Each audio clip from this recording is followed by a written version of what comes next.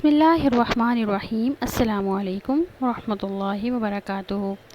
जी viewers, कैसे हैं आप? मुझे उम्मीद है कि आप बिल्कुल खैरियत से होंगे। व्यूवर्स, आज की इस वीडियो में हम सीखने जा रहे हैं एक बहुत ही अहम टॉपिक, जो कि है 3 डोमेन्स ऑफ डेवलपमेंट।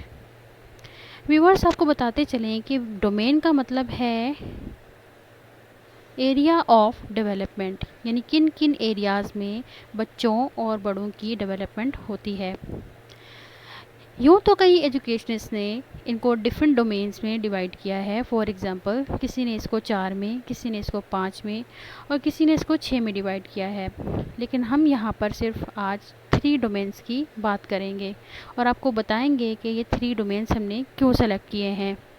तो आइए पहले इन डोमेन्स के नाम देख लेते हैं। फिज़िकल डोमेन, कॉग्निटिव डोमेन और सोशियो इमोशनल डोमेन। तो सबसे पहले हम बात करते हैं फ़िज़िकल डोमेन की। फ़िज़िकल डोमेन हमें बताता है कि हमारी बॉडी के अंदर किस किस किस्म की तब्दीलियाँ आ रही हैं। For example, size, proportions, appearance, motor skills and physical health. ये तमाम चीज़ें फ़िज़िकल डोमेन से रिलेटेड हैं। अब बारी आती है कॉग्निटिव डोमेन की। कॉग्निटिव डोमेन जो है वो दरअसल हमारी इंटेलेक्चुअल एबिलिटीज़ और स्किल्स को बताता है। For example, thinking, intelligence, creativity, attention, memory, language, ये तमाम की तमाम चीज़ें कॉग्निटिव डोमेन में एग्जिस्ट करती हैं। अब हम बात करेंगे सोशियो इमोशनल डोमेन की। सोशियो इमोशनल डोमेन दरअसल बच्चे का दूसरों के साथ रिलेशनशिप शो करता है, यानी कि उसकी फीलिंग्स, उसकी इमोशंस, वैल्यूज़, बिलीव्स और पर्सनैलिटी, यानी कि उसका जो रिलेशनशिप है दूसरों के साथ वो कितना स्ट्रॉन्ग है, उसकी फीलिंग्स दूसरों के लिए कैसी हैं, उसकी इमोशंस कैसी हैं, ये तमाम चीज़ें सोशियो इमोशनल डोमेन में एग्जिस्ट करती हैं। व्यूअर्स, वीडियो के स्टार्ट में मैंने आपको बताया था कि मुख्तलिफ़ एजुकेशनिस्ट ने डोमेन ऑफ डेवलपमेंट मुख्तलिफ़ तरीके से तरतीब दिए हैं। किसी ने इनको 5 नंबरों में तकसीम किया है, किसी ने इनको 4 में, किसी ने इनको 6 में। For example, child health explanation के मुताबिक डेवलपमेंट के 5 स्टेजेस हैं, यानी 5 डोमेन्स हैं: physical, cognitive, language, social and emotional domain. जबकि वुल्फ के मुताबिक डेवलपमेंट के 4 कैटेगरीज़ हैं। For example, physical, personal, social and cognitive.